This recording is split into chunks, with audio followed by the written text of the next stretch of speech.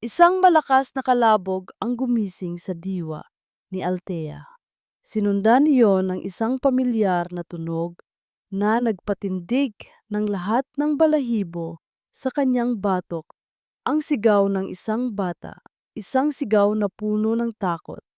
Huwag kang lalapit! Ang tinig ay maliit ngunit matalim, tila isang bubog na kayang sumugat. Napalunok si Althea, ramdam ang panlalamig ng kanyang mga kamay habang dahan-dahan siyang umatras. Ang puso niya ay kumakarera sa loob ng kanyang dibdib, ngunit sa kabila ng takot, isang imahe lang ang nasa isip niya. Ang nakaratay niyang kapatid sa Pilipinas, si Annalyn.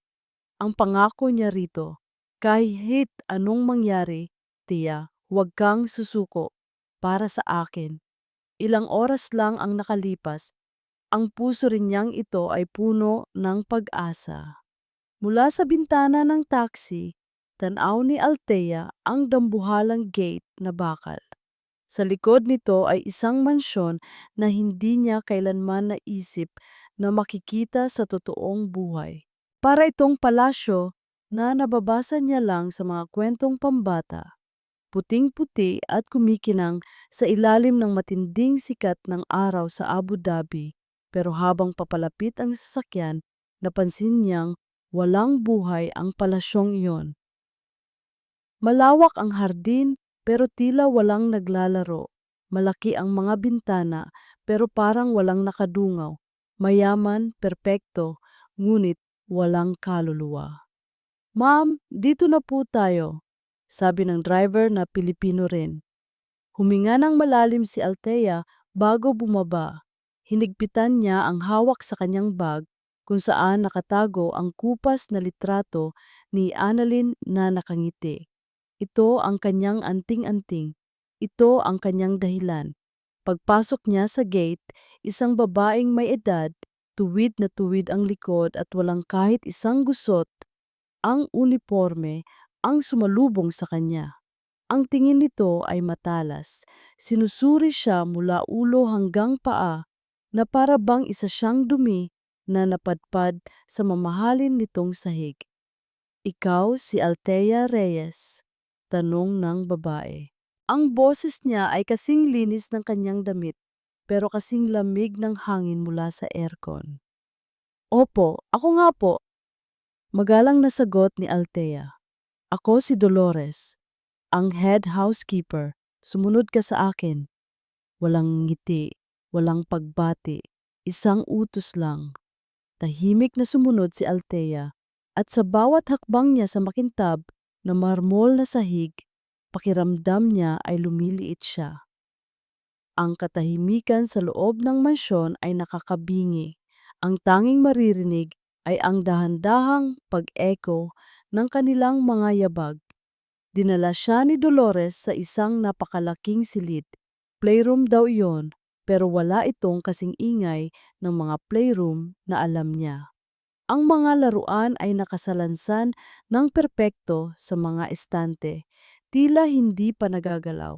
At sa gitna ng lahat ng iyon, sa tabi ng isang malaking bintanang salamin, nakaupo ang isang batang babae.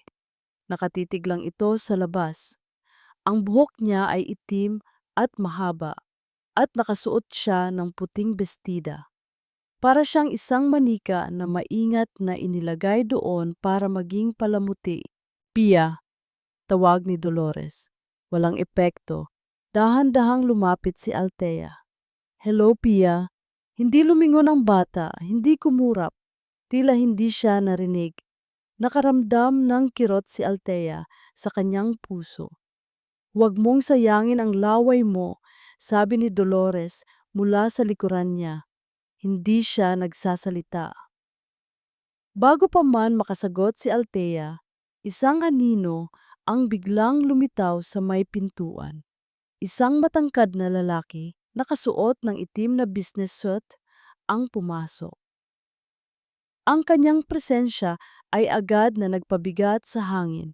Hindi ito tumingin kay Althea. Ang mga mata nito ay nakatutok sa isang maliit na screen sa pader. isang monitor para sa mga security camera. Sir Javier, bati ni Dolores. Ito na pala siya, si Javier Santillan, ang amo niya. Itinuro ni Javier ang screen kung saan kitang-kita sila. Lahat ng kilos mo sa pamamahay na ito ay nakikita ko. Walang nagaganap dito na hindi ko nalalaman. Ang boses niya ay mas malamig pa kaysa kay Dolores. Malamig at walang kabuhay-buhay. May 3 patakaran ka lang na kailangan sundin.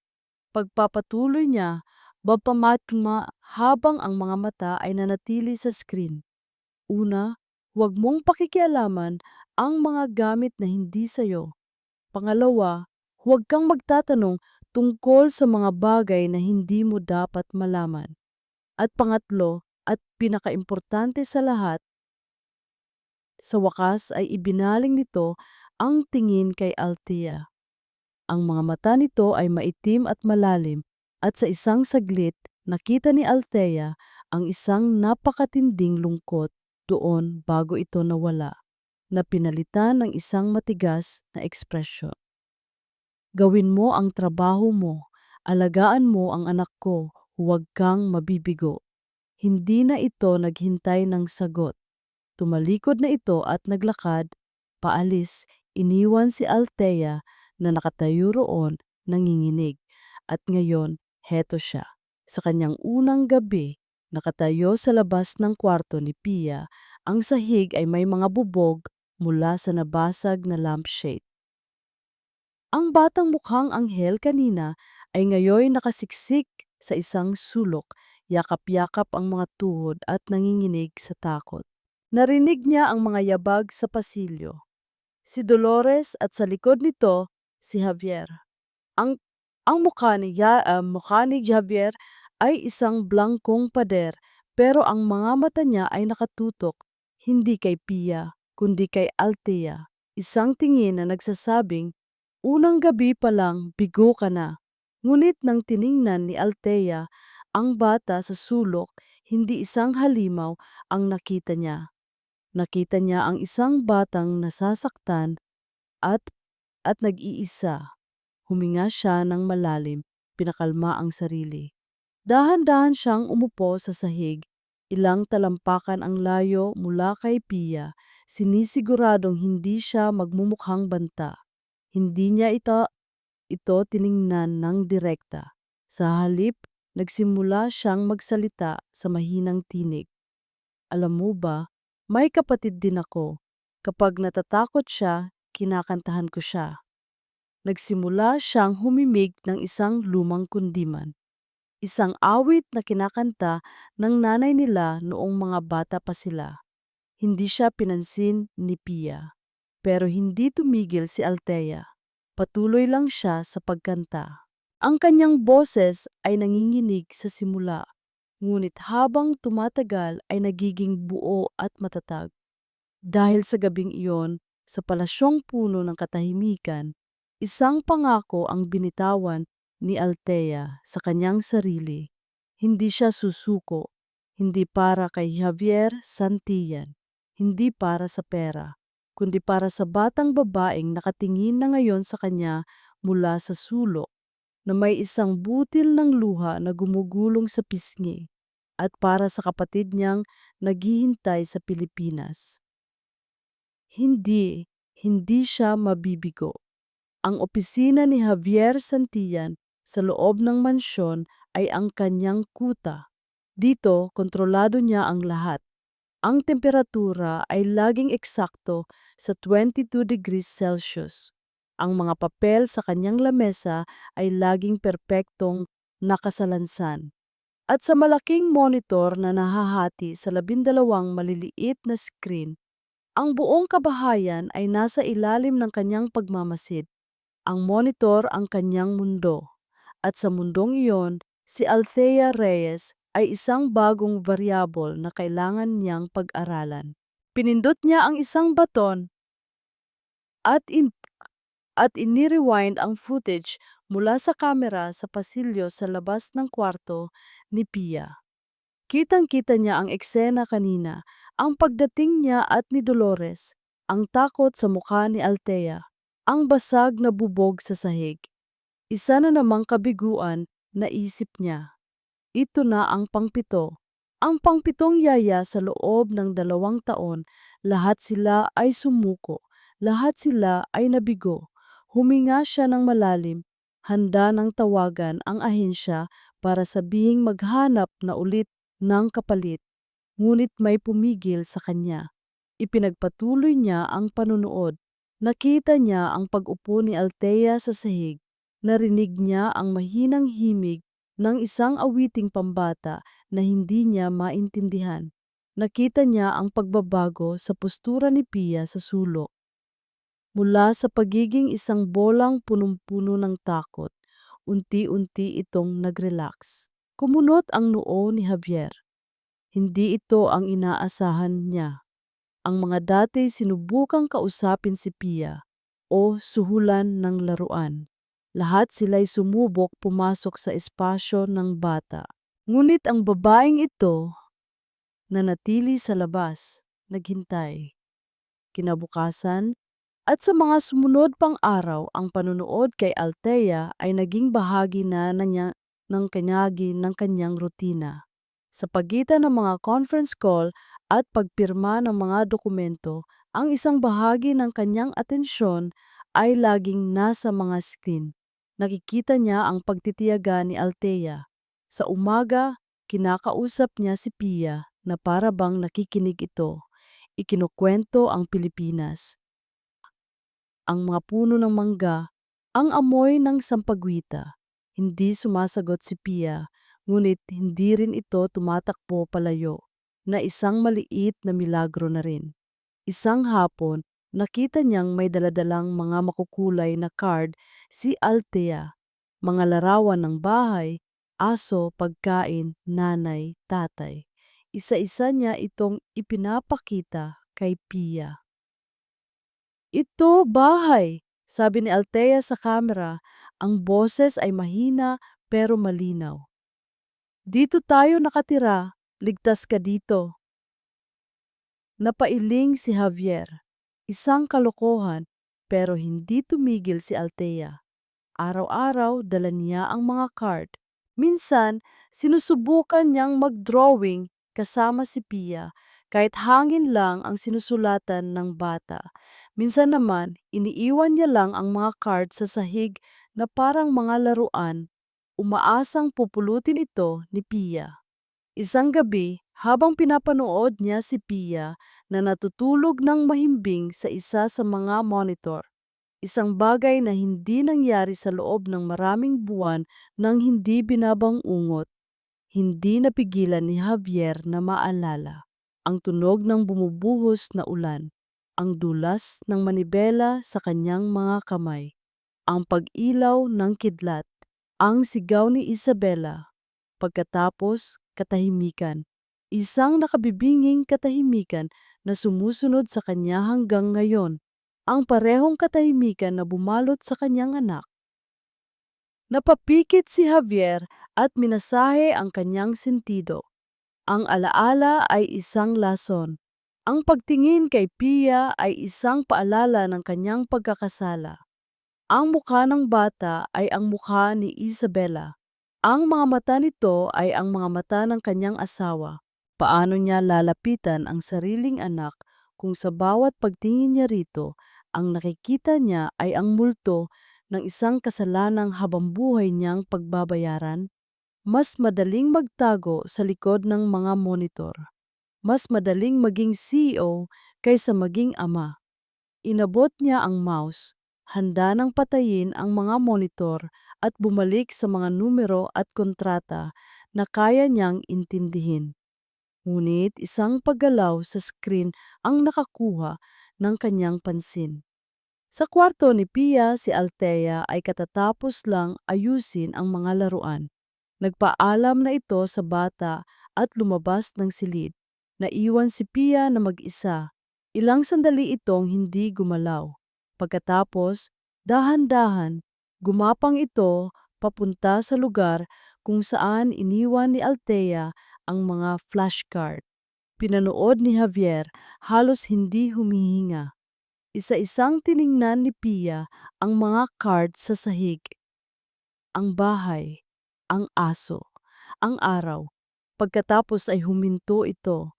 Ang maliliit nitong daliri ay umabot at marahang hinaplos ang isang card. Dahan-dahan niya itong pinulot. Pinalaki ni Javier ang imahe sa screen. Ang hawak ni Pia ay ang card na may larawan ng isang ina na mahigpit na yakap ang kanyang anak. Napatitig si Javier sa screen. Ang kanyang mga daliri ay nanigas sa ibabaw ng mouse. Naramdaman niya ang isang bagay na kumirot sa loob ng kanyang dibdib. Isang damdaming matagal na niyang ibinaon sa ilalim ng trabaho at walang katapusang mga meeting. Si Isabela, ang imahe ng asawa niya ay biglang lumitaw sa kanyang isipan. Hindi ang multo mula sa aksidente, kundi si Isabela na masaya. Ang tiyan ay malaki at bilog habang pinipili nila ang mga gamit para sa nursery. Ang pangako sa mga mata nito, ang pag-asang hawak-hawak nito para sa kanilang pamilya. Isang pag-asa na winasak niya. Mabilis niyang iwinaksi ang alaala.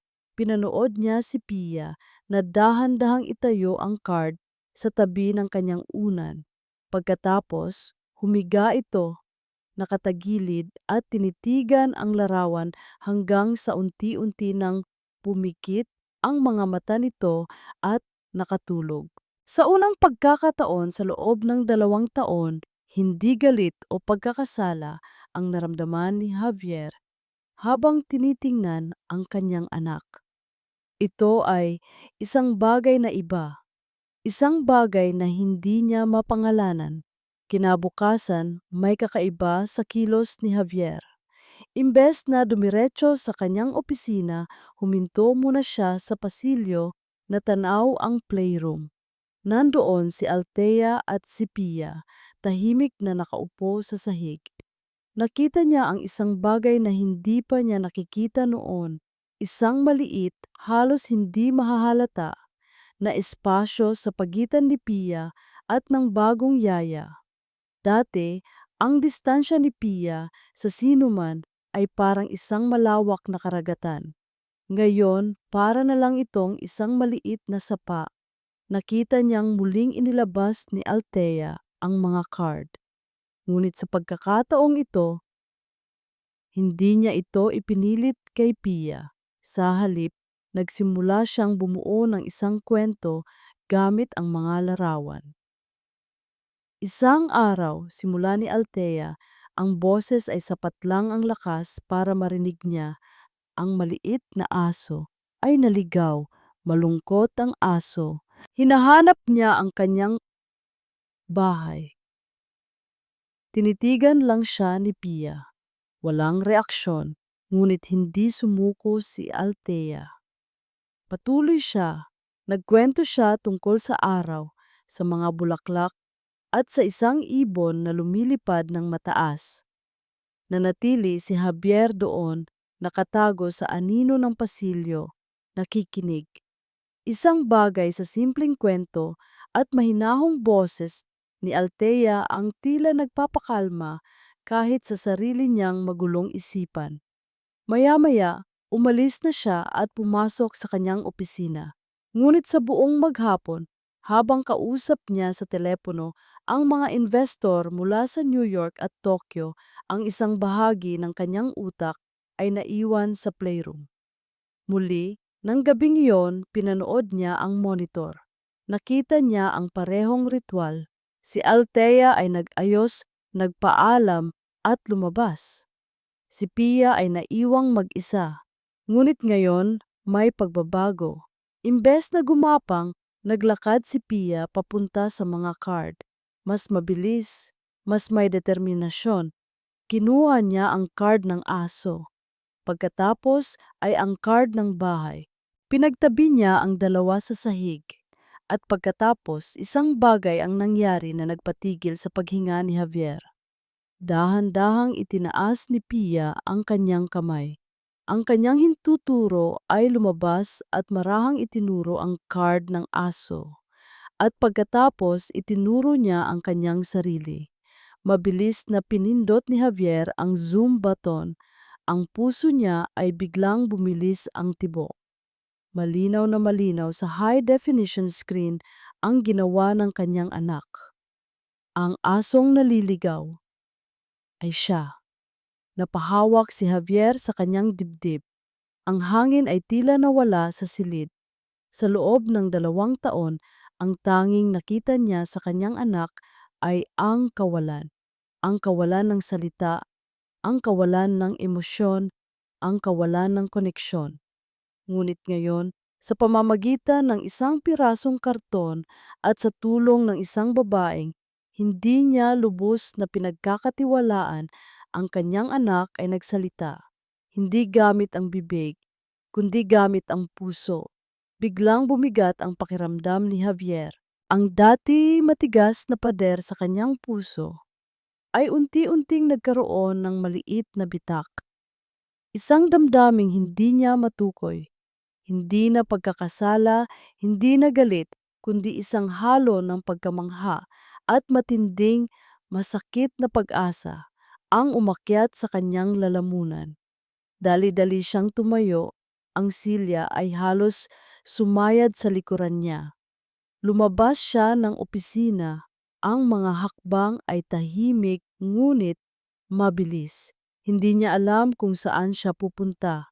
Ang tanging alam niya ay kailangan niyang makalabas, kailangan niyang huminga. Habang naglalakad sa mahabang pasilyo, dumaan siya sa silid kainan. Nakita niya si Althea at Pia sa mesa, kumakain ng hapunan. Si Althea ay tahimik na nagsasalita, nagpapaliwanag tungkol sa iba't ibang pagkain sa plato ni Pia. Hindi pa rin nagsasalita si Pia, ngunit sa halip na tumitig lang sa kung saan, seryoso itong nakatingin sa mukha ni Althea. May maliit na manggas ng sinigang na nakakalat sa pisngi ni Pia at kinuha ni Althea ang isang tissue at marahang pinunasan iyon. Isang simpleng kilos, ngunit isang kilos na hindi niya nakita sa loob ng mahabang panahon sa pagitan ni Pia at sinuman. Napakagat si Javier sa labi. May kakaiba sa babaeng ito, isang bagay na hindi niya nakita sa iba pang mga yaya. Walang pag-arte, walang pamimilit, tanging dalisay na pag-aalaga at pag-unawa. Para itong isang mahabang, pasensyosong paghihintay na hindi niya kailanman naisip na posible. Ang mundo ni Javier ay laging tungkol sa bilis, sa pagiging epektibo, sa pagkuha ng resulta. Ngunit si Althea, tila ay nakakita ng paraan na hindi nakasulat sa anumang business book o parenting guide. Naramdaman niya ang isang kakaibang hapdi sa kanyang puso. Hindi masakit, kundi parang unti-unting lumalambot. Matagal na niyang sinanay ang sarili na maging bato, na huwag maramdaman ang anumang kirot ng emosyon. Ito ang kanyang depensa laban sa alaala ni Isabela, laban sa kawalan na iniwan nito. Ngunit ang babaeng ito, ang simpleng yayang ito, ay tila may kapangyarihang unti-unting basagin ang pader na itinayo niya sa paglipas ng panahon. Ilang araw pa ang lumipas. Si Javier, imbes na kausapin si Althea ng direkta, ay pinili pa ring manood mula sa kanyang opisina. Nakita niya kung paano sinimulan ni Althea na turuan si Pia ng ilang simpleng sign language, mga salitang salamat, tubig, laro. Sa bawat sign na natututunan ni Pia, kahit pa ginagaya lang nito ang kamay ni Althea, may kakaibang kinang sa mga mata ng bata. Mayroong koneksyon na dati wala. Isang hapon, nakita ni Javier si Althea na naglalatag ng malaking papel sa sahig at naglabas ng mga pangkulay. Pinanood niyang marahang hawakan ni Althea ang kamay ni Pia at iguhit ang isang bilog. Pagkatapos, ang dalawa ay nagpinta ng araw, mga ulap at mga simpleng stick figures. Hindi perpekto ang mga iginuhit ni Pia, ngunit sa unang pagkakataon, may nakita siyang layunin sa bawat pahid ng kulay nito. Para itong panaginip, ang kanyang anak na para bang isang living doll noon ay unti-unting nagiging isang bata. Ang pag-asa ay nagsimulang gumapang sa kanyang dibdib na tila isang lason ngunit nakakagaling. Ito ay isang pag-asa na hindi niya pinahintulutan sa loob ng mahabang panahon dahil sa tuwing susubukan niya ang alaala ng bumubulusok na sasakyan at ang mukha ni Isabela ang bumabalik. Nang gabing iyon, matapos niyang tapusin ang lahat ng kanyang trabaho, nanatili si Javier sa kanyang opisina. Ang mansyon ay tahimik na. Ang mga security cameras ay nagpapakita ng lahat ng tulog, maliban sa isang monitor. Ang monitor sa kwarto ni Pia. Nakita niyang nakahiga si Pia, ngunit hindi pa ito tulog. Ang kanyang maliliit na kamay ay abala sa pag-ayos ng mga flashcard sa tabi ng kanyang kama, ang card ng bahay, ng aso, ng araw. Pagkatapos, kinuha ni Pia ang card na may larawan ng ina na may yakap na anak. Tinitigan niya ito ng matagal. At pagkatapos, isang bagay ang nangyari na nagpatindig ng balahibo ni Javier. Dahan-dahang pinulot ni Pia ang isa pang card. Ang isang card na matagal nang iniiwan ni Althea sa kung saan halos hindi niya na napansin. Pinalaki ni Javier ang screen. Ang kanyang puso ay kumalabog ng malakas sa kanyang dibdib. Malinaw na malinaw ang larawan sa card.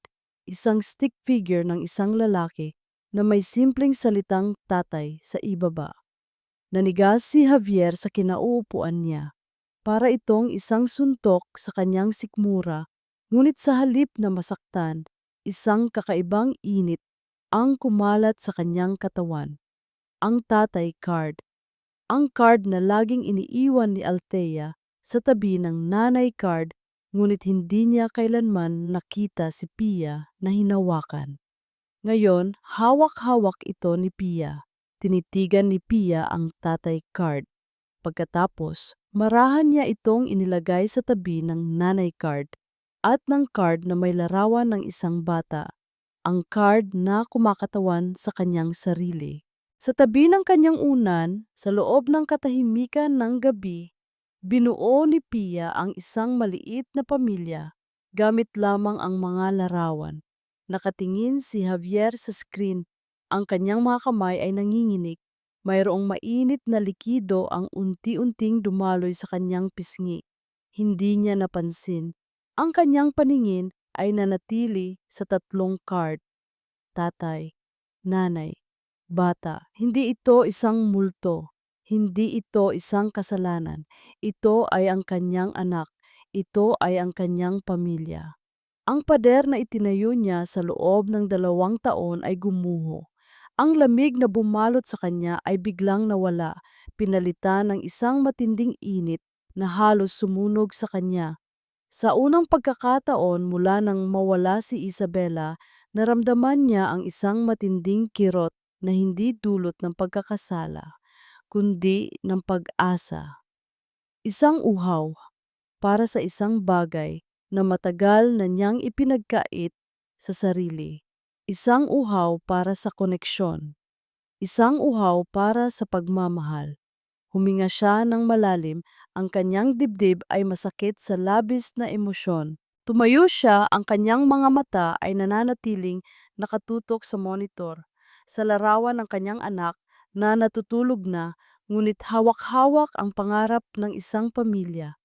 Isang pangako ang nabuo sa kanyang isipan, tahimik at matibay. Hahanapin niya ang babaeng ito, ang babaeng nagdala ng liwanag sa madilim niyang mundo, ang babaeng nagbigay ng boses sa kanyang anak, ang babaeng nagbigay sa kanya ng dahilan para muling huminga. Hindi na siya muling magtatago. Hindi na siya manonood lamang.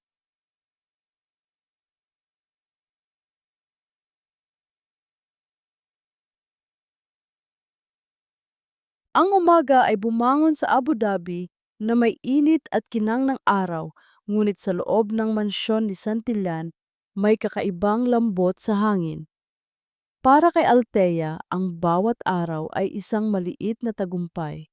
Makalipas ang ilang linggo, unti-unti nang nagbabago ang mundo ni Pia. Hindi na ito nagtatago sa sulok kapag may tao. Minsan sinusundan na niya si Althea sa hardin, tahimik na nakaupo sa tabi nito habang nagdidilig ng halaman. Ang mga mata nito ay hindi na blangko, kundi puno ng pagmamasid. "Tingnan mo, Pia," sabi ni Althea isang umaga habang itinatago ang isang maliit na halaman sa lupa. "Kailangan natin itong alagaan para lumaki ng malusog. Parang tayo rin." Hindi nagsalita si Pia, ngunit bahagyang gumalaw ang kanyang mga mata. Napansin ni Althea ang isang maliit na bakas ng interes, at yon ay sapat na para sa kanya. Patuloy ang paggamit ni Althea ng mga flashcard at sign language. Ang salamat at tubig ay madali nang naiintindihan ni Pia. Minsan, kapag nauuhaw, kukunin ni Pia ang tubig card at idudulog kay Althea. Maliliit na tagumpay, ngunit malalaking hakbang para sa isang batang matagal nang nakakulong sa sariling mundo. Isang hapon, habang naglalaro sila sa playroom, napansin ni Althea ang pagkaakit ni Pia sa mga makukulay na aklat. Kinuha niya ang isa at nagsimulang magbasa. Ang boses niya ay malambing at puno ng emosyon. Doon sa malayo may isang prinsesa na mahilig sa mga bituin, kwento ni Althea. Araw-araw hinihintay niya ang gabi para makita ang mga kumikinang na tala sa langit. Habang nagbabasa si Althea, nakita niyang dahan-dahang lumapit si Pia. Hindi ito umupo sa tabi niya, ngunit sapat na ang lapit nito para makita ang mga larawan sa aklat. Para sa isang taong hindi nakikisalamuha, ito ay isang malaking hakbang. Nang makita ni Althea ang pagkagiliw ni Pia sa mga larawan, nagkaroon siya ng ideya. "Pia, gusto mo bang gumuhit tayo?" tanong ni Althea, at inilabas ang isang malaking sketchpad at mga krayola. Noon, kapag binibigyan niya si Pia ng pangkulay, iginuguhit lang nito ang mga ito ng walang direksyon, o kaya'y iguguhit ang mukha ng isang tao at tatakpan ng itim na itim. Ngayon, may kakaiba. Nagsimulang gumuhit si Pia. Hindi pa rin ito komportable sa paghawak ng krayola, ngunit sa gabay ni Althea, unti-unting nabuo ang mga hugis. Nagsimula si Pia sa isang bilog, pagkatapos ay dalawang maliliit na bilog sa loob, mga mata. Pagkatapos isang mahabang linya pababa, katawan. Ngunit nang iguhit ni Pia ang mukha, ang mga mata na minsan ay puno ng kawalan ay bumalik. Ang kanyang maliit na kamay ay kinuha ang itim na krayola at muling sinubukang takpan ang mukha. "Teka, Pia," mahinang sabi ni Althea at dahan-dahang hinawakan ang kamay ng bata. "Huwag, tingnan mo, napakaganda niya." Ibinigay ni Althea kay Pia ang kulay rosas na krayola. "Gawin nating masaya ang mukha niya, Pia." Sa sandaling iyon, pumasok si Dolores. "Althea, sayang lang ang oras mo dyan." Ang batang yan, walang pag-asa. Napakunot ang noo ni Althea. May pag-asa po si Pia at karapatan niyang maging masaya. Hindi na sumagot si Dolores. Ngunit bago ito lumabas, isang mapanuyang tingin ang ipinukol nito kay Althea. Ipinagpatuloy ni Althea ang paggabay kay Pia. Sa huling bahagi ng araw, mayroon na silang isang simpleng drawing ng isang babaeng nakangiti. Hindi ito perpekto, Ngunit ito ang pinakamalapit na nakita ni Althea sa isang masayang larawan mula kay Pia. Ang ganda niya, di ba Pia? Sabi ni Althea. Parang ikaw. Bigla, narinig ni Althea ang isang tunog. Isang maliit na ingay mula kay Pia. Mama, nagulantang si Althea. Ano, Pia? Ma, ma, nanginginig ang mga labi ni Pia. Ang kanyang mga mata ay nakatingin ng diretso kay Althea. At pagkatapos, sa pinakamahina at pinakamahigpit na tinig na narinig ni Althea mula sa bata, bumulong ito, Mama. Para itong isang kidlat na tumama sa loob ng puso ni Althea. Ang kanyang mga mata ay napuno ng luha. Niyakap niya si Pia ng mahigpit. Halos hindi makapaniwala sa narinig niya. Pia, anak ko. Sa labis na kagalakan, hindi niya napansin ang lalaking nakatayo sa may pintuan. Ang mukha nito ay nanigas at ang mga mata nito ay nakatitig sa kanila, puno ng isang napakatinding emosyon na hindi niya nakita kailanman. Si Javier Santillan. Nakarinig siya, naramdaman ni Althea ang presensya nito bago pa man niya makita. Ang biglaang paglamig ng hangin, ang pagtigil ng lahat ng tunog. Dahan-dahan siyang lumingon, hawak pa rin si Pia sa yakap. Nakita niya si Javier na nakatayo sa may pintuan ng playroom. Ang matangkad nitong pangangatawan ay tila naging isang estatwa. Ang kanyang mukha, na laging blanko at walang emosyon, ay ngayoy puno ng isang matinding gulat na halos nagpapakita ng sakit. Ang kanyang mga mata, ang mga matang laging nakatingin sa kamera o sa walang laman, ay nakatutok direkta sa kanila ni Pia. Walang salita ang lumabas sa bibig ni Javier, ngunit ang kanyang tingin ay sapat na. Mayroong halo ng pagkabigla, pighati, at isang bagay na matagal nang inilibing, isang damdaming pinipilit nitong pigilan. Ito ay tila isang lalaking nakakita ng multo. Ang isang butil ng luha ay halos kumawala sa kanyang mga mata, ngunit pinigilan niya ito. Kinuyom ang kanyang kamao at mahigpit na isinara ang kanyang bibig. Nanginginig si Althea. Hindi niya alam kung anong gagawin. Ang kagalakan sa narinig niyang salita mula kay Pia ay biglang napalitan ng kaba. Bakit ganoon ang reaksyon ni Javier? Bakit tila mas nasasaktan ito kaysa masaya?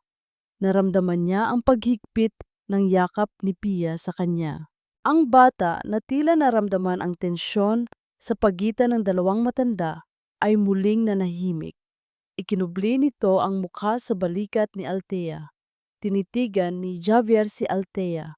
At sa isang iglap, nakita ni Althea ang isang tanong sa mga mata nito.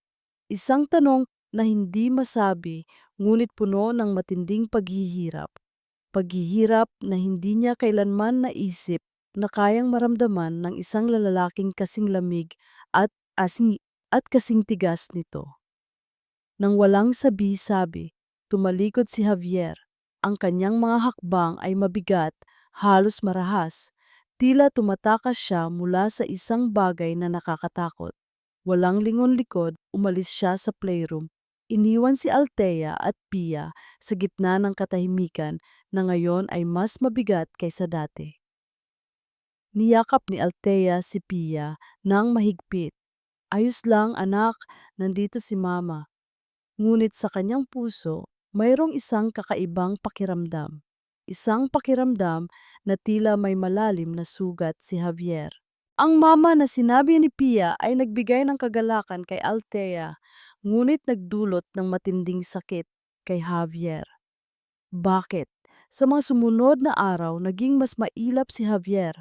Kung dati madalas niyang makita ang anino nito sa mga pasilyo, Ngayon ay halos hindi na ito nagpapakita. Naging mas madalas ang kanyang mga biyahe at mas matagal siyang nawawala. Ngunit ang pagbabago kay Pia ay hindi tumigil. Ang pagiging bukas nito kay Althea ay lalong lumalim. Nagsimula na itong ngumiti kahit paunti-unti lang at paminsan-minsan ay tatawag ng mama sa pinakamahinang tinig. Ang mansyon na dating puno ng katahimikan ay unti-unting napupuno ng maliliit na tunog ng pag-asa. Isang umaga, habang naglalaro sila ng block, napansin na ni Althea ang isang maliit na bukol sa tagiliran ng ulo ni Pia, malapit sa tenga. Mukhang isang lumang sugat na naghilom na, ngunit kakaiba ang hugis. Naisip niya ang insidente ng aksidente, ang misteryo sa likod ng pagkawala ng ina ni Pia. Pia, anong nangyari dito, anak? Tanong ni Althea, marahang hinaplos ang bukol. Bahagyang nanginig si Pia. Ang kanyang mga mata ay lumaki sa takot at mabilis siyang tumakbo palayo, nagtago sa likod ng isang kurtina. Biglang bumigat ang loob ni Althea.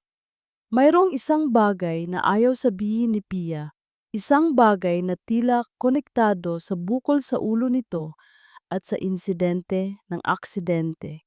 Ang pagtawag ng mama ni Pia ay tila nagbukas ng isang pinto. Ngunit sa likod nito ay naroroon ang isang madilim na lihim na patuloy na nagpapahirap sa pamilya Santillan. Pia, bumalik ka rito, anak. Malambing na tawag ni Althea. Ngunit hindi lumabas si Pia.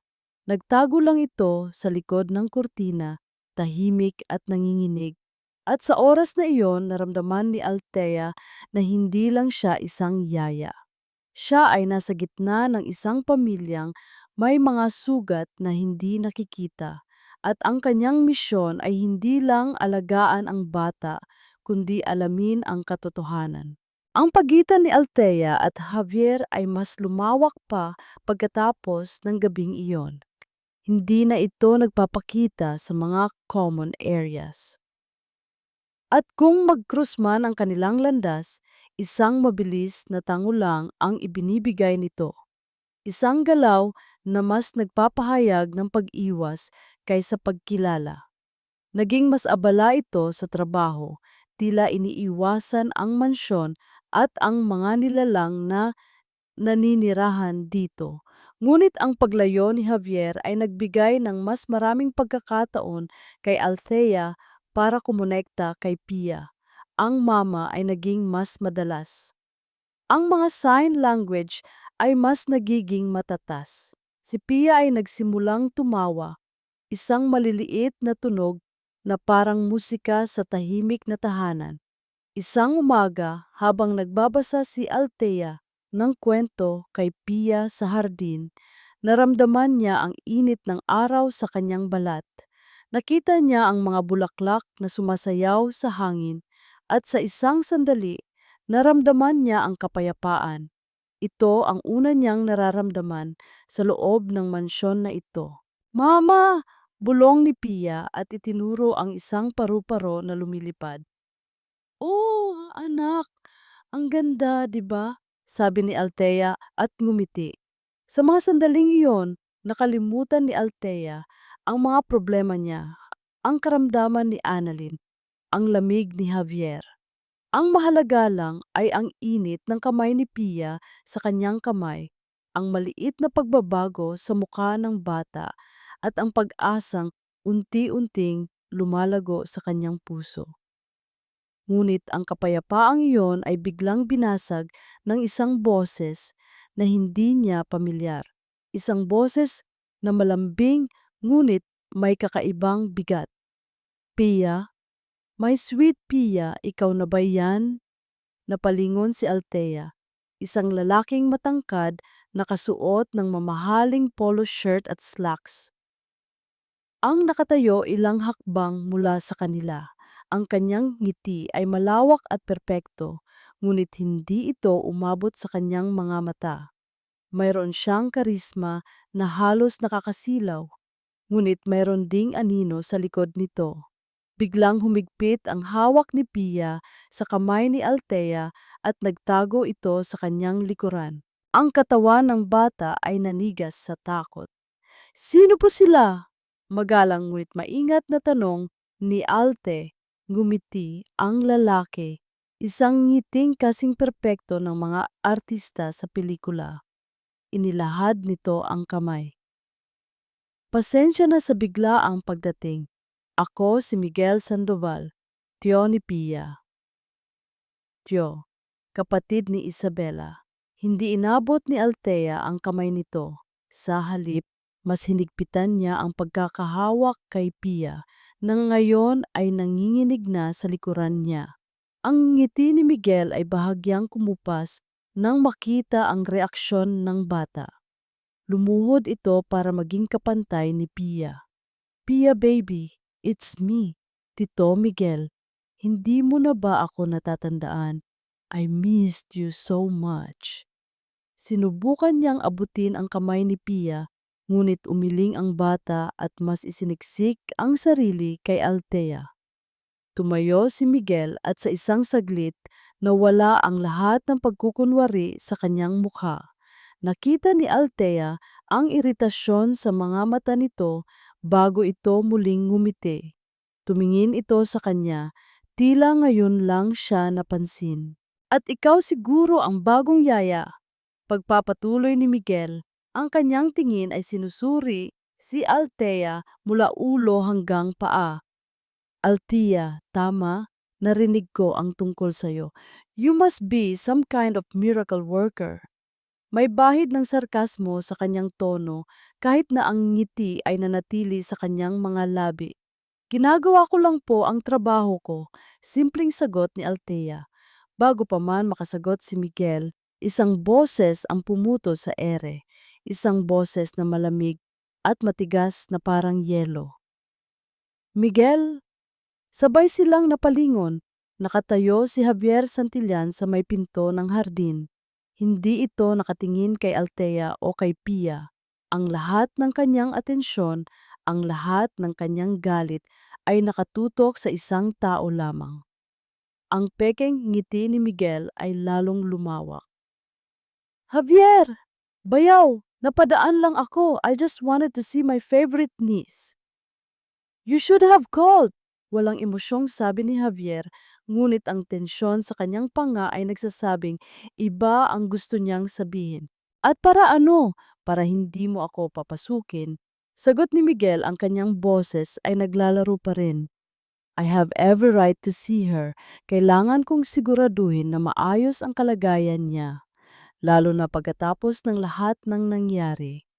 Ang mga salitang lahat ng nangyari ay binitawan niya ng may diin, isang patagong panunumbat na naramdaman ni Althea hanggang sa kaibuturan ng kanyang mga buto.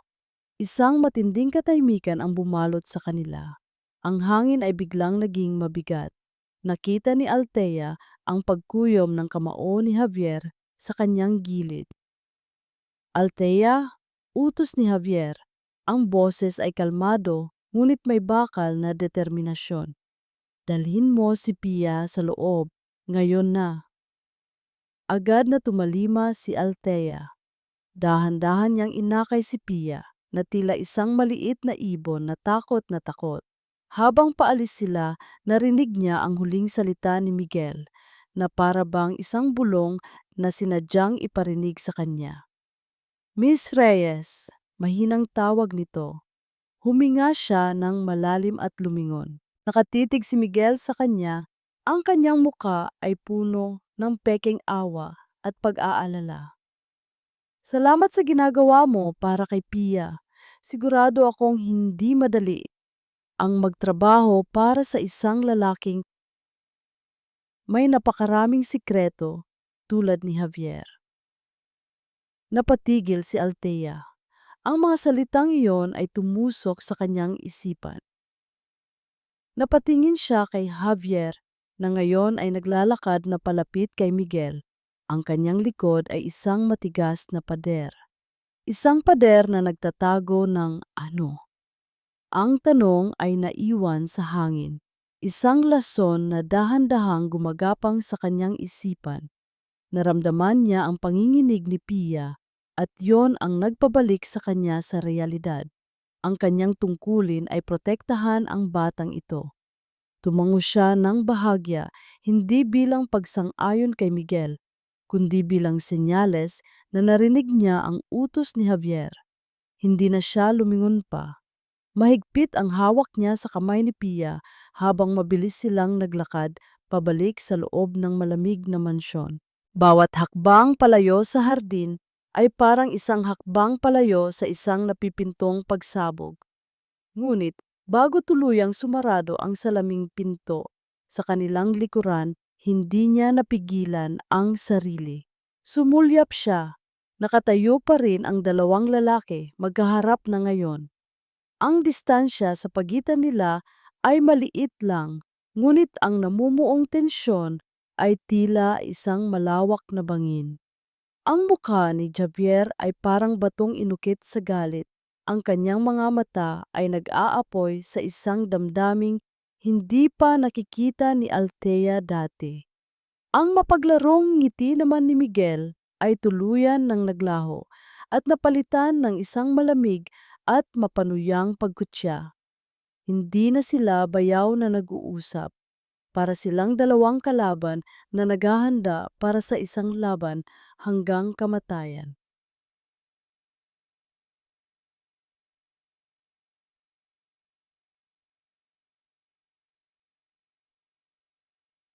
Ang mga sumunod na araw ay naging isang laro ng mga anino. Si Javier ay nanatiling malayo, halos hindi na umuuwi sa mansyon, tila mas ginugusto ang kumpanya ng kanyang opisina sa syudad. Si Miguel naman sa kabilang banda ay naging isang palaging presensya.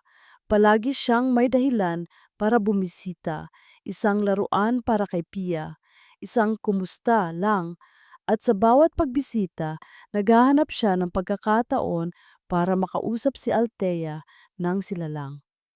"Huwag kang mag-alala, hindi ako magtatagal," sabi nito isang hapon nang aksidente silang magkasalubong sa pasilyo.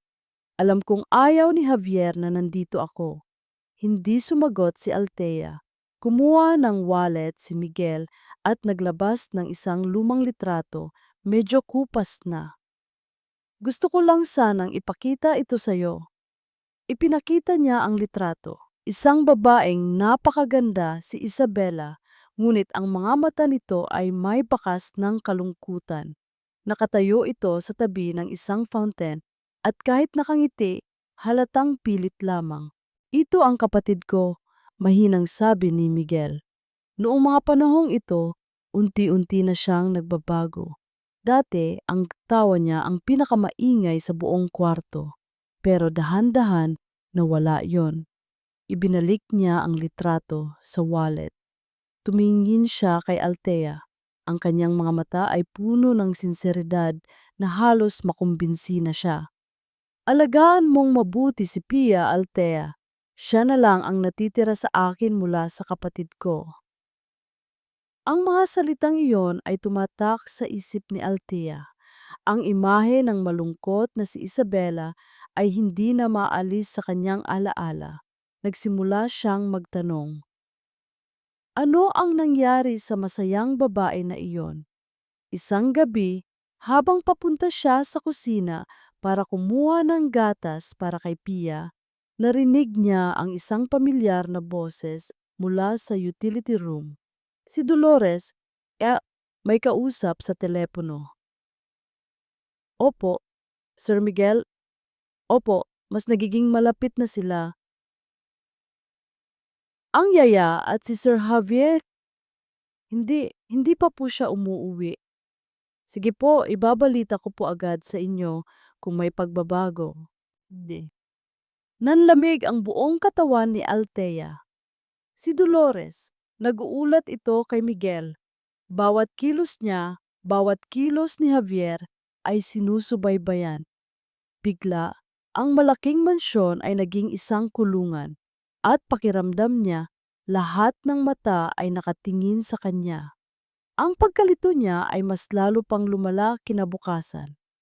Pagkatapos ng almusal, ipinatawag siya ni Javier sa opisina nito. Isang bihirang pangyayari.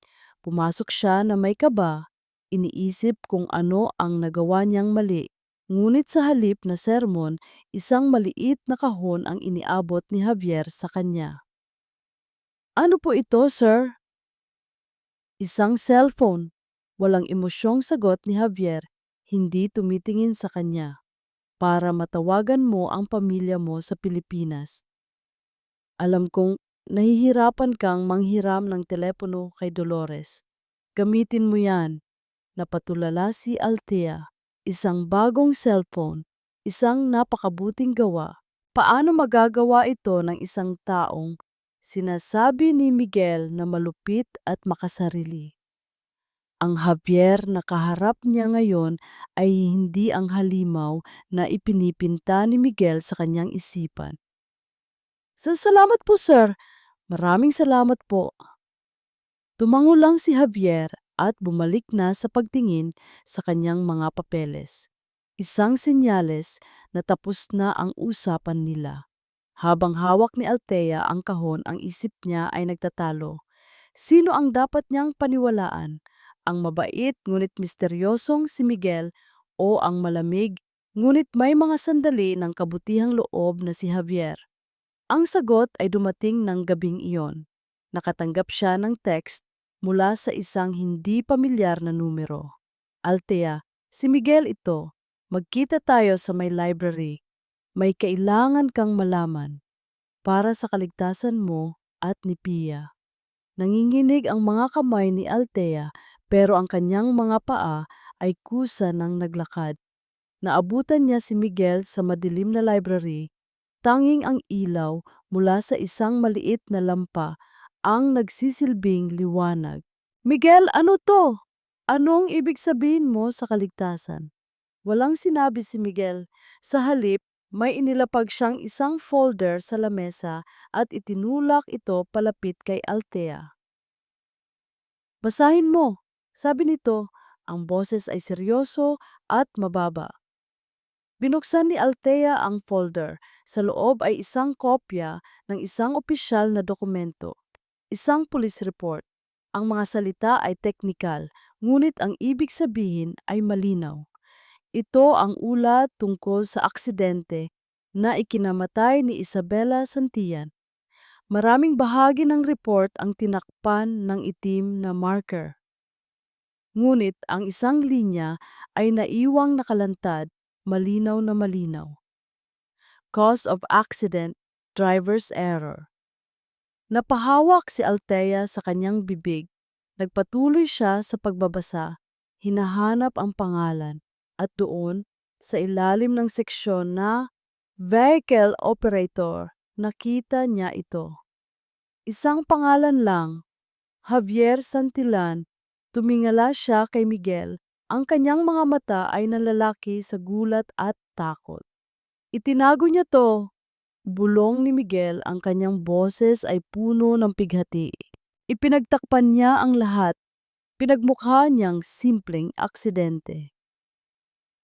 Hinawakan ni Miguel ang balikat ni Althea. Ang kanyang tingin ay puno ng nagbababalang awa. Ang tanong, Althea, ano pa kaya ang mga itinatago niya? Ang mga salita ni Miguel ay parang isang ahas na pumulupot sa leeg ni Althea. Dahan-dahang sinasakal ang lahat ng tiwalang nagsisimula ng mabuo sa kanyang puso. Ang report sa kanyang mga kamay ay parang isang mabigat na bato, malamig at hindi maikakaila. Napailing si Althea, umatras mula sa pagkakahawak ni Miguel. Hindi ko maintindihan bakit niya ito itatago. Dahil may kasalanan siya. Ang sagot ni Miguel, ang boses ay biglang tumaas at napuno ng galit bago niya ito muling pinakalma. Dahil sa kanya namatay ang kapatid ko. Dahil sa kanya na trauma ang pamangkin ko. At ngayon, Natatakot ako para sa'yo, Althea. Hindi mo kilala ang tunay na Javier Santillan. Isinara ni Althea ang folder. Ang isip niya ay naguguluhan. Ang kabaitan ni Javier kaninang umaga. Ang cellphone. Ito ba ay isang paraan para bilhin ang kanyang katahimikan? Isang paraan para kontrolin siya? Ang lahat ng maliliit na kabutihan ay biglang nagkaroon ng madilim na kahulugan. Anong dapat kong gawin? Nanginginig niyang tanong, hindi sigurado kung kanino siya dapat mas matakot, kay Javier na may itinatagong kasalanan o kay Miguel na may daladalang mapanganib na katotohanan. Sa ngayon wala, bulong ni Miguel. Magpatuloy ka lang sa normal, maging mata ka para sa akin. Alamin mo kung ano pa ang mga binabalak niya. Huwag kang mag-alala, hindi kita pababayaan. Proprotektahan kita. Ang salitang proteksyon ay dapat magbigay sa kanya ng kapanatagan, ngunit sa halip, mas lalo siyang kinilabutan. Tumango lang si Althea, hindi na makapagsalita. Kinuha ni Miguel ang folder mula sa kanyang mga kakamay at nawala sa dilim ng library na parang isang multo. Naiwan si Althea na nakatayo roon, mag-isa. Ang katahimikan ng mansyon ay tila mas nakakabingi kaysa dati.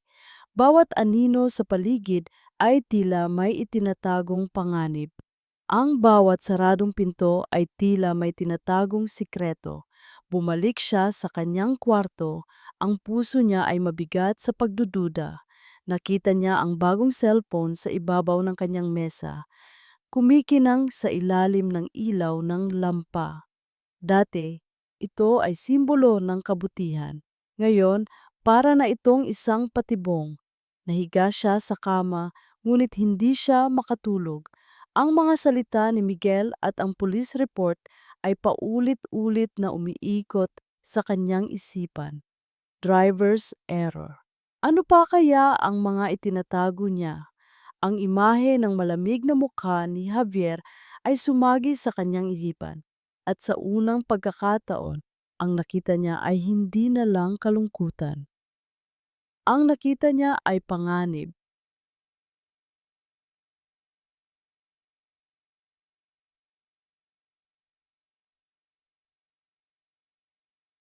Mula sa bintana ng kanyang opisina, kitang-kita ni Javier ang hardin.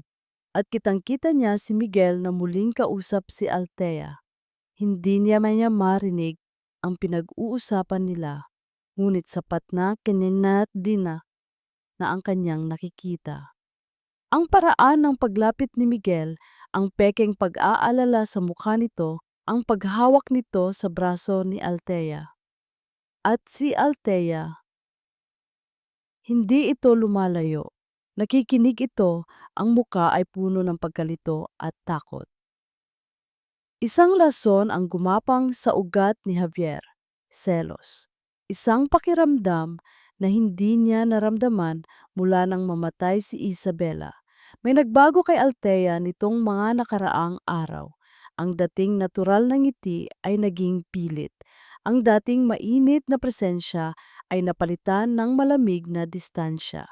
At ngayon, alam na niya kung sino ang may kagagawan. Huminga siya ng malalim at sinubukang kontrolin ang sarili. Kailangan niyang kausapin si Althea. Kailangan niyang bigyan ito ng babala. Kinagabihan, hinintay niya itong lumabas mula sa kwarto ni Pia. Hinarang niya ito sa pasilyo. Althea. Nagulat si Althea at sa isang iglap, nakita ni Javier ang takot sa mga mata nito bago ito nagkunwaring kalmado. Sir Javier, may kailangan po kayo? Layuan mo si Miguel, diretsong sabi niya. Huwag mo siyang kakausapin. Huwag kang maniniwala sa kahit anong sasabihin niya. Sa halip na tumango o sumang-ayon, nakita niya ang pagmamatigas sa mukha ni Althea. Bakit po? Dahil ba natatakot kayo na malaman ko ang totoo? Kumunot ang noo ni Javier. Anong totoo? Ang totoo tungkol sa aksidente. Halos pasigaw na, sabi ni Althea. Ang boses ay nanginginig sa pinaghalong galit at sakit. Ang totoo na kasalanan nyo kung bakit namatay ang asawa nyo. Ang mga salita ay parang isang sampal sa mukha ni Javier. Ang sikretong matagal niyang kinimkim para protektahan ang alaala ni Isabela. Ngayon ay ginagamit laban sa kanya at sino ang nagbigay ng sandata kay Althea. Si Miguel. Wala kang alam sa nangyari. Mariin niyang sabi, ang bawat salita ay may bigat. Wala nga ba? O ayaw niyo lang sabihin? Hamon ni Althea. Isang pader ang muling bumalot sa puso ni Javier. Ang kaunting pag-asa na nagsimulang tumubo ay biglang natuyo at namatay. Ang babaeng nasa harap niya ay hindi na ang Althea na nagdala ng liwanag sa kanyang tahanan. Isa na siyang kakampi ng kanyang kaaway. Tumalikod siya ng walang paalam. Tapos na ang usapan. Kinabukasan, habang papasok siya sa kanyang opisina, narinig niya ang boses ni Miguel sa kabilang hallway. May kausap sa telepono. Nagtago siya sa isang sulok, nakikinig. Oo, o naiintindihan ko, sabi ni Miguel sa kausap. Kailangan talaga ng malaking halaga para sa operasyon ng kapatid niya. Huwag kang mag-alala, ako na ang bahala. Kakausapin ko si Javier. Sigurado akong hindi niya matatanggihan ang isang bagay na para sa pamilya ni Althea. Napatigil si Javier. Para sa pamilya ni Althea, ang mga salita ay umalingaw-ngaw sa kanyang isipan. Ang kapatid. Ang operasyon. Ang malaking halaga. Biglang nag-ugnay ang lahat. Ito na ba yon? Isang plano? Ginagamit ba ni Miguel si Althea para sirain siya? At ginagamit naman ni Althea ang karamdaman ng kapatid nito para makakuha ng pera? Ang pagdududa ay isang maliit na buto na mabilis na lumaki at naging isang dambuhalang puno ng kapaitan sa kanyang puso. Ang huling dagok ay dumating kinahapunan. Pumasok si Miguel sa kanyang opisina nang walang paalam. Ang mukha nito ay puno ng pekeng pag-aalala. Bayaw, ayokong gawin to, pero kailangan mong malaman, sabi nito, at inilapag ang isang folder sa lamesa ni Javier. Ano to? Malamig na tanong ni Javier. Pinatingnan ko ang background ni Althea, sabi ni Miguel, para lang makasiguro. At ito ang nakita ko. Binuksan ni Javier ang folder. Sa loob ay mga papeles. Isang ulat mula sa isang private investigator. Nakasulat doon ang tungkol sa malaking utang ng pamilya Reyes. Ang report mula sa ospital tungkol sa napakamahal na operasyon ni Annalyn. At ang pinakamasakit sa lahat, isang printout ng internet search history na nakuha raw mula sa isang computer sa ahensyang pinag-applyan ni Althea. Javier Santillan, net worth. Isabela Sandoval, cause of death. Santillan Group of Companies assets. Napatitig si Javier sa mga salita. Ang bawat isa ay parang isang patalim na sumasaksak sa kanyang likod. Ang lahat ng kabutihan, ang lahat ng pag-aalaga kay Pia, ang mga ngiti, ang mga luha. Lahat ba yon ay isang pagkukunwari? Isang malaking palabas para sa pera? Ang puso ni Javier na nagsimula ng matutong tumibok muli ay biglang naging bato. Isang malamig, matigas at basag na bato. Isinara niya ang folder. Tumayo siya, ang kanyang mukha ay isang maskara ng kalmadong galit. Kinuha niya ang folder at lumabas ng opisina. Hinanap si Althea. Naabutan niya ito sa main hall. Inaayos ang mga bulaklak sa isang florera. Mukha itong inosente. Mukha itong anghel. Ngunit para kay Javier, isa na itong demonyo na may mukha ng anghel. Hindi siya nagsalita. Basta na lang niya ibinato ang folder sa sahig sa harap ni Althea. Nagkalat ang mga papel sa makintab na sahig. Nagulat si Althea. Sir, ano po ito? Tinitigan siya ni Javier. Ang kanyang mga mata ay walang emosyon, ngunit sa loob ay isang nagngangalit na apoy. Ito ba ang lahat ng gusto mo? Pera? Napatingin si Althea sa mga papel at nakita niya ang mga salita, ang kanyang pangalan, ang pangalan ng pamilya niya, ang mga salitang net worth. Nanlaki ang kanyang mga mata sa pagkalito at gulat. Hindi, sir, hindi po totoo yan. Sabihin mo sa akin, putol ni Javier. Ang kanyang boses ay malamig at walang awa, isang tunog na kayang magpayelo ng impyerno. Magkano ang presyo ng pagmamahal mo sa anak ko? Bawat salita ay tumama kay Althea na parang sampal. Ang init ng dugo ay umakyat sa kanyang pisngi, kasunod ng isang nakakamanhid na panlalamig. Tumingala siya kay Javier. Ang kanyang mga mata ay nagsusumamo, puno ng luha na nagbabadyang tumulo. Sir, hindi, hindi po totoo yan. Nauutal niyang sabi. Hindi ko po alam kung saan galing yan. Ang pagmamahal ko kay Pia, totoo po yon. Totoo? Isang mapait na tawa ang kumawala sa lalamunan ni Javier. Totoo bang kailangan ng pamilya mo ng pera? Totoo bang hinanap mo ang yaman ko bago ka pa man tumuntong sa bahay na ito? Totoo bang kinakausap mo si Miguel sa likod ko? Napatanga si Althea. Ang bawat tanong ay isang patibong. Kung sasabihin niyang oo, kailangan ng pamilya niya ng pera, aaminin niyang mukha siyang pera. Kung sasabihin niyang hindi, magsisinungaling siya. Napatingin siya sa mga papel na nakakalat sa sahig. Ang kanyang buong buhay, ang kanyang mga pinakamatinding problema ay nakaladlad na parang basura para pagtawanan. Sir, hayaan niyo po akong magpaliwanag. Wala nang dapat ipaliwanag, sabi ni Javier. Ang kanyang mukha ay isang blankong pader, ngunit sa likod ng mga mata niya ay nakita ni Althea ang isang taong wasak, isang taong muling nasaktan. Akala ko iba ka. Akala ko totoo ka.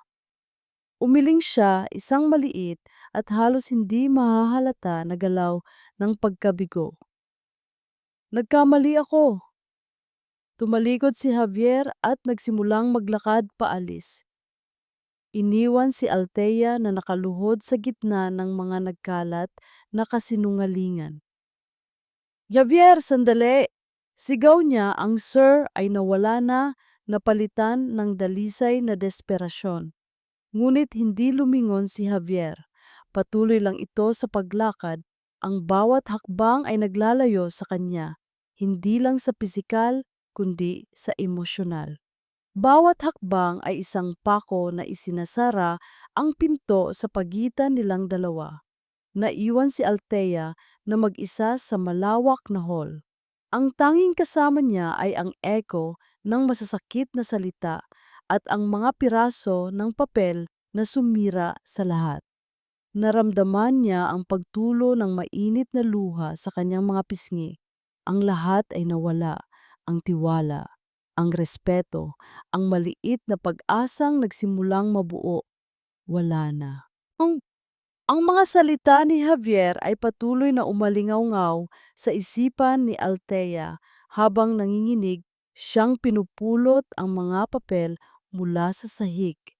Bawat isa ay isang patunay ng kasinungalingan, isang bistay na perpektong inilatag para sirain siya.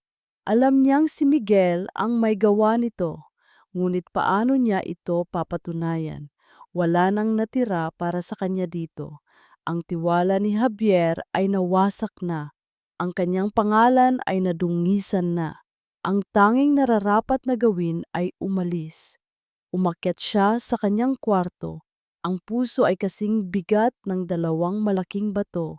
inilabas niya ang kanyang maleta mula sa ilalim ng kama at sinimulang iligpit ang kanyang mga damit. Bawat damit na itinitiklop niya ay may kasamang pagpatak ng luha.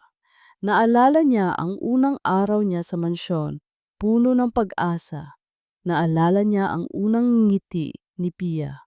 Naalala niya ang unang salita nito, "Mama."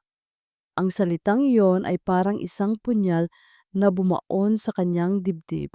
Paano niya iiwan si Pia?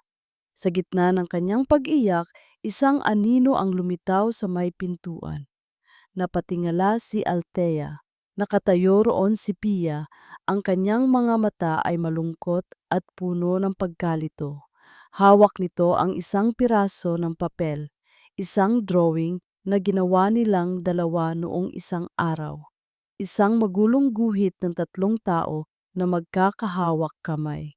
Isang lalaki, isang babae, at isang maliit na bata sa gitna. Walang salita ang namutawi sa bibig ni Pia, ngunit ang kanyang mga mata ay nagsasalita. "Saan ka pupunta, Mama? Iiwan mo rin ba ako?" Ang tanong na iyon, kahit hindi binigkas, ay sumira sa puso ni Althea. Lumuhod siya at niyakap ang bata ng mahigpit. "Hindi, anak. Hindi kita iiwan dahil gusto ko." Bulong niya, ang kanyang boses ay basag. Pero kailangan. Hinaplos ni Pia ang kanyang buhok, isang kilos na tila ginagaya ang ginagawa ni Althea sa kanya. At sa sandaling iyon, mas lalong sumidhi ang sakit sa puso ni Althea. Pagkatapos ng ilang sandali, dahan-dahan niyang inalis ang pagkakayakap at ipinagpatuloy ang pag-iimpake kahit bawat galaw ay parang isang pagtaksil. Habang inaangat niya ang isang unan para ilagay sa maleta, may nahulog mula sa ilalim ng kama, isang maliit, kulay rosas na kahon. Hindi ito sa kanya. Kinuha niya ito. May alikabok na ito, tila matagal nang nakatago. Nang buksan niya ito, nakita niya ang laman. Ilang mga lumang litrato ni Isabela na nakangiti, isang tuyong bulaklak ng sampagita, at isang maliit, leather-bound na diary. Nag-atubili si Althea. Ito ay pag-aari ni Isabela. Pribado ito, ngunit may isang bagay, isang malakas na kutob na nagsasabing kailangan niya itong buksan. Naupo siya sa sahig, katabi si Pia at binuklat ang unang pahina. Ang sulat kamay ay maganda at pino. Ang mga unang entry ay puno ng saya at pag-ibig. Ang kasal nila ni Javier, ang kanilang mga biyahe, ang balitang buntis siya. Ngunit habang nagpapatuloy siya sa pagbabasa, unti-unting nag-iba ang tono. Ang dating masayang sulat ay napalitan ng takot at kalituhan. October 12. Hindi ko maintindihan. Dapat masaya ako. Nandito na si Pia, ang anghel ko, pero bakit pakiramdam ko may isang madilim na ulap na nakatakip sa akin. Tinitingnan ko siya, pero parang salamin ang nakikita ko. Hindi ko maramdaman ang koneksyon na sinasabi nilang dapat kong maramdaman. November 3. Ayaw akong tigilan ng kadiliman. Sinusubukan kong ngumiti para kay Javier. Pero sa loob, nalulunod ako. Natatakot ako sa sarili ko. Natatakot akong hawakan ang sarili kong anak. Paano kung masaktan ko siya? Isang halimaw ba ako? Napahawak si Althea sa kanyang bibig. Postpartum depression. Malala. Nagpatuloy siya sa pagbabasa. Bawat pahina ay mas masakit kaysa sa nauna. Nabasa niya kung paano itinago ni Isabela ang kanyang nararamdaman sa lahat, lalo na kay Javier, dahil sa takot na isipin nitong isa siyang masamang ina. Nabasa niya ang kanyang mga sigaw na walang tunog, ang kanyang paghihirap na walang nakakaalam, at pagkatapos narating niya ang huling pahina. Ang petsa ay ang mismong araw ng aksidente. Ang sulat kamay ay magulo. Tila isinulat ng nagmamadali at may nanginginig na mga kamay. Gabi na, umuulan. Nag-away na naman kami ni Javier. Hindi niya maintindihan. Walang nakakaintindi. Sabi niya, mag-drive kami para kumalma ako. Pero hindi ako kumakalma. Ang ingay sa utak ko mas malakas pa sa kulog. May isang paraan lang para matapos to. Isang paraan para mapalaya kaming lahat. Para mapalaya si Javier. Para mapalaya si Pia mula sa isang halimaw na ina. Paalam. Nabitawan ni Althea ang diary. Ang hininga niya ay nawala. Hindi si Javier. Hindi kasalanan ni Javier. Si Isabella.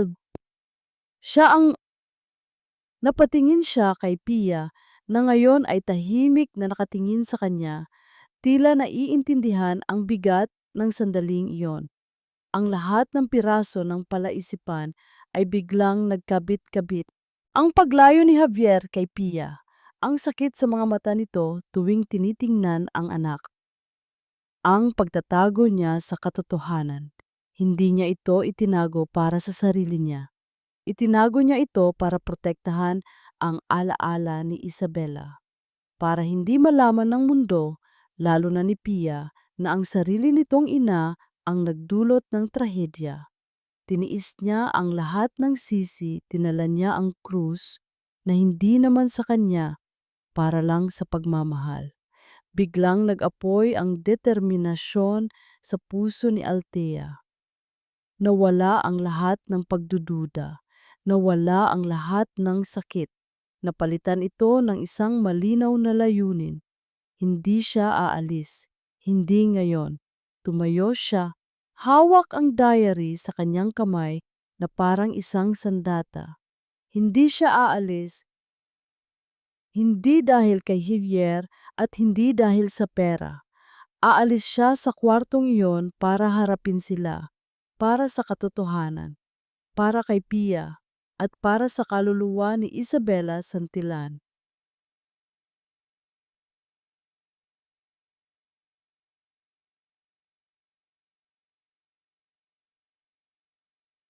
Bumaba si Althea sa hagdanan. Bawat hakbang ay matatag at may bigat. Hawak niya ang diary ni Isabella sa isang kamay at sa kabilang kamay naman ay akay-akay niya si Pia. Hindi niya gustong isama ang bata, ngunit ayaw nitong bumitaw, tila nararamdaman na may mahalagang mangyayari. Naabutan niya sila sa sala.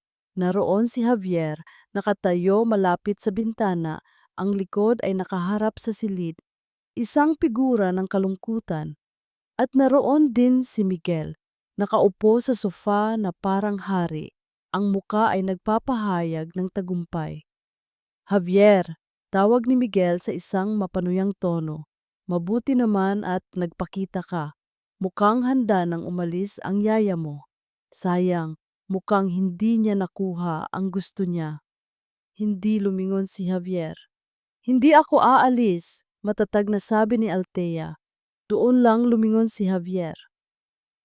Ang mga mata niya ay puno ng pagod at sakit, ngunit may bahid din ng gulat. Napatingin din si Miguel sa kanya, ang ngiti ay bahagyang nawala. At bakit hindi? Tanong ni Miguel. Wala ka ng mukhang ihaharap dito. Mayroon, sagot ni Althea at itinaas ang diary. Ang katotohanan. Naglakad siya palapit sa lamesa at inilapag ang diary. Akala ko rin alam ko na ang lahat. Akala ko biktima ka, sabi niya, tinitingnan si Miguel. At akala ko naman may kasalanan ka, sabi niya, ibinaling ang tingin kay Javier. Pero nagkamali ako. Nagkamali tayong lahat. Binuksan niya ang diary sa huling pahina. Ang boses niya ay nanginginig sa simula.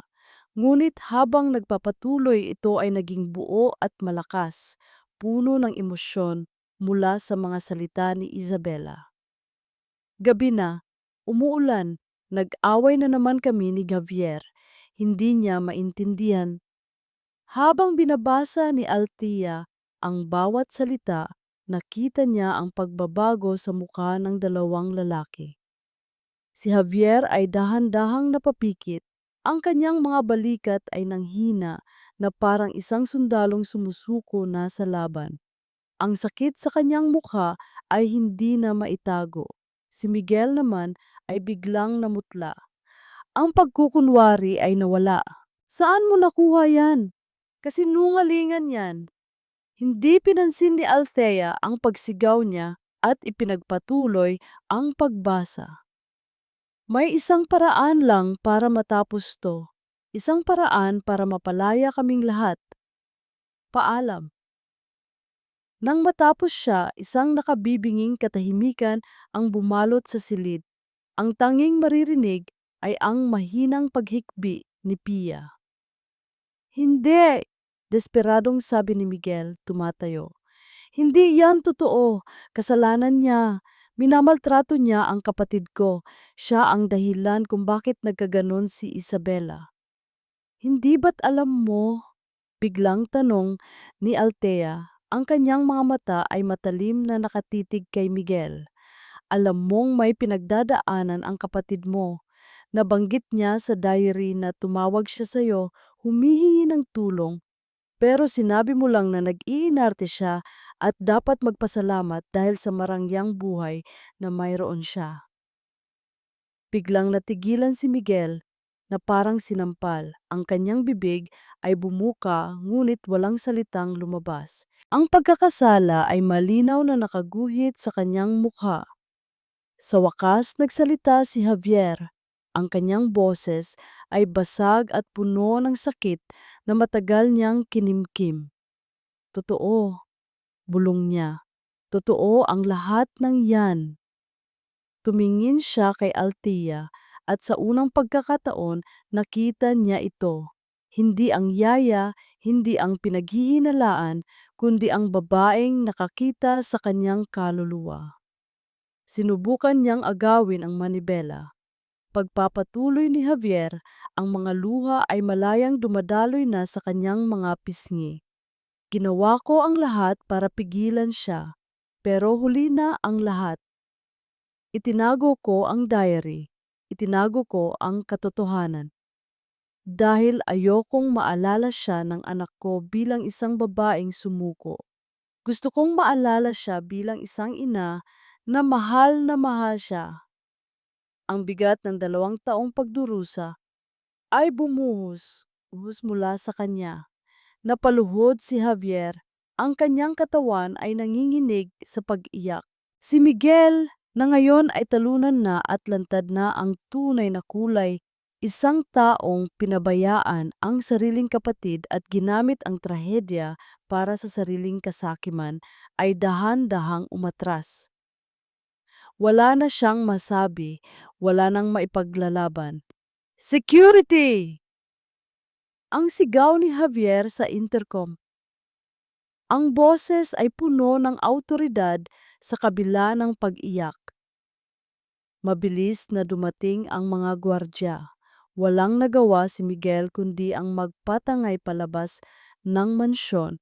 Ang kanyang imperyo ng kasinungalingan ay gumuho na. Nang mawala na si Miguel, ang natira na lang ay ang katahimikan at ang 3 taong nasa gitna nito. Si Javier na nakaluhod pa rin, wasak. Si Pia na umiiyak sa takot at pagkalito. At si Althea. Dahan-dahan, lumapit si Althea kay Javier. Lumuhod siya sa harap nito. Hindi niya alam ang sasabihin, kaya ginawa niya ang tanging alam niya. Iniabot niya ang kanyang kamay. Tumingala si Javier, ang kanyang mga mata ay pula at namamaga. Tinitigan niya ang kamay ni Althea at pagkatapos, dahan-dahan, inabot niya ito. Ang kanyang kamay ay malamig at nanginginig, ngunit nang magkadikit ang kanilang mga balat, isang kislap ng init ang dumaloy sa pagitan nila. Althea! Bulong niya, ang pangalan niya ay isang pagsusumamo. Hinawakan ni Althea ang kamay ni Javier ng mahigpit. Nandito lang ako. Biglang bumitaw si Pia sa kanyang damit. Lumapit ito sa kanyang ama. Ang maliit nitong kamay ay humaplos sa basang pisngi ni Javier. Tumingin si Javier sa kanyang anak at sa unang pagkakataon wala nang multo sa pagitan nila. Daddy, bulong ni Pia, ang salita ay bago at mahina, ngunit malinaw na malinaw. Niyakap ni Javier ang kanyang anak at pagkatapos ay hinila niya si Althea palapit hanggang sa silang tatlo ay magkayakap sa gitna ng sahig, sa gitna ng mga nagkalat na piraso ng kanilang mga wasak na puso. Isang bagong pamilya na nabuo mula sa abo ng katotohanan at sakit. Huwag, huwag kang umalis. Pakiusap ni Javier, ang kanyang boses ay nakabaon sa buhok ni Althea. Please, don't leave us. Ang gabi ng katotohanan ay nag-iwan ng isang kakaibang katahimikan sa mansyon ng mga Santillan. Ngunit hindi ito ang dating malamig at nakakabinging katahimikan. Ito ay isang katahimikang may kapayapaan na parang isang malalim na paghinga pagkatapos ng isang matinding bagyo. Hindi na muling bumalik si Miguel. Si Dolores naman, matapos malaman ang lahat, ay kusang nag-resign dahil sa kahihiyan. Ang mansyon ay tila nabunutan ng tinik. Ang sumunod na mga linggo ay naging panahon ng dahan-dahang paghilom. Nagsimulang kausapin ni Javier si Althea, hindi na bilang amo, kundi bilang isang kaibigan, isang kakampi. Ikinuwento niya ang lahat tungkol kay Isabela, ang masasayang alaala at ang masasaklap na huling mga araw. Si Althea naman ay nakinig ng walang paghuhusga. Ang kanyang presensya ay nagsilbing balsamo sa mga sugat ni Javier. Ang pinakamalaking pagbabago ay nakita kay Javier at Pia. Sa wakas, nawala na ang pader sa pagitan nilang mag-ama. Madalas na silang makikitang magkasama sa hardin naglalaro. Tinuturuan ni Javier si Pia na magbisikleta at sa bawat pagtawa ng bata, tila nabubura ang isang taon ng kalungkutan sa puso ni Javier. Isang hapon, habang nagkakape sila ni Althea sa terrace at pinapanood si Pia na naglalaro, biglang nagsalita si Javier. Tumawag ako sa Pilipinas kanina, sabi niya, hindi tumitingin kay Althea. Sa ospital kung nasaan ang kapatid mo. Natigilan si Althea, ang puso niya ay biglang kumabog. Inayos ko na ang lahat, pagpapatuloy ni Javier, sa wakas ay tumingin sa kanya, ang kanyang mga mata ay puno ng sinseridad. Inarrange ko na ang paglipad nila ng nanay mo dito sa Abu Dhabi. May mas magagaling na espesyalista dito. Sasagutin ko ang lahat ng gastusin. Napatakip si Althea sa kanyang bibig. Ang mga luha ay muling namuo sa kanyang mga mata. Ngunit ngayon, ito ay mga luha ng pasasalamat. Javier, hindi mo kailangang gawin yan. Kailangan, maring sabi niya. Utang ko to sa'yo, Althea. Iniligtas mo kaming dalawa ni Pia. Hayaan mo namang ako naman ang tumulong sa pamilya mo. Makalipas ang isang linggo, sa paliparan ng Abu Dhabi, isang eksenang puno ng emosyon ang naganap. Sinalubong ni Althea ang kanyang ina at ang kapatid niyang si Annalyn, na nasa isang wheelchair. Ang muling pagkikita ay puno ng yakap at walang katapusang pasasalamat. At sa gilid, tahimik na nanonood si Javier kasama si Pia na may hawak na maliit na welcome sign. Ang dating malamig na mansyon ay biglang napuno ng buhay. Ang tawa ng ina ni Althea, ang mga kwentuhan sa hapagkainan, ang tunog ng pag-asa. Si Pia, sa halip na matakot, ay naging malapit kay Annalyn. Madalas itong nagdadala ng mga libro at nagkukwento sa kanyang sariling paraan. Lumipas ang ilang buwan. Matagumpay ang naging operasyon ni Annalyn at nagsisimula na itong mag-therapy. Ang mansyon ay hindi na isang palasyo ng katahimikan. Ito ay naging isang tahanan. Isang gabi, habang mahimbing nang natutulog ang lahat, niyaya ni Javier si Althea sa hardin. Ang mga ilaw ay nakasindi at ang hangin ay puno ng amoy ng mga bulaklak.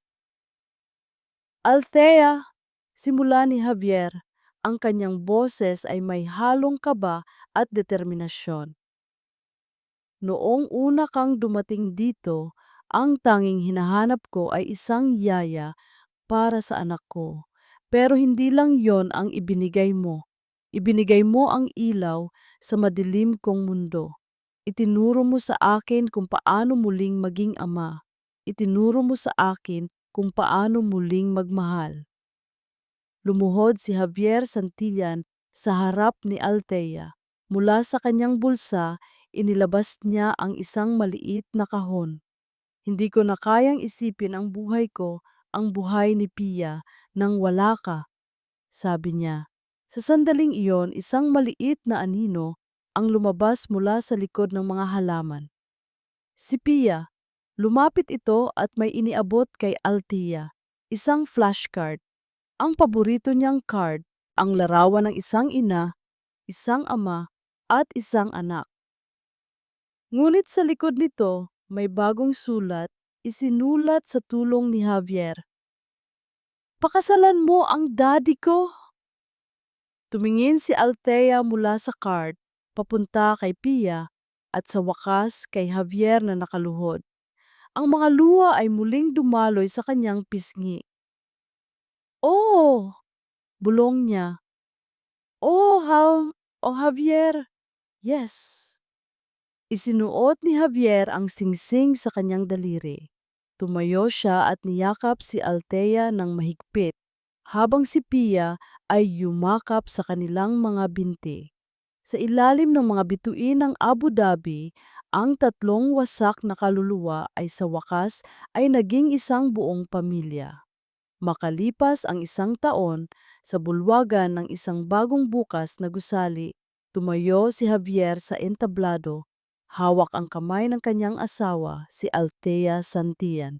Sa likod nila ay isang malaking banner, The Isabella Santillan Foundation for Children with Special Needs.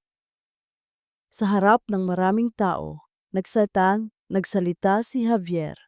Ang pundasyong ito ay binuo mula sa sakit, ngunit ito ay iniaalay sa pag-asa.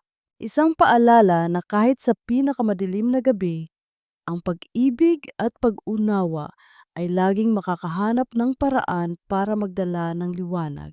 Sa audience, nakaupo ang ina ni Althea katabi si Annalyn, na ngayon ay nakakatayo na ng may suporta.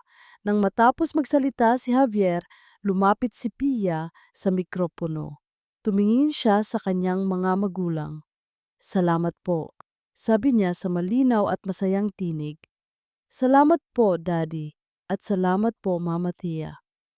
Ang mga salita ay umaling-aungaw sa buong silid, isang patunay ng mga himala na kayang gawin ng pag-ibig. Ang isang trahedya ay naging isang legasiya ng pag-asa. Ang isang palasyo ng katahimikan ay naging isang tahanan ng walang hanggang pagmamahal.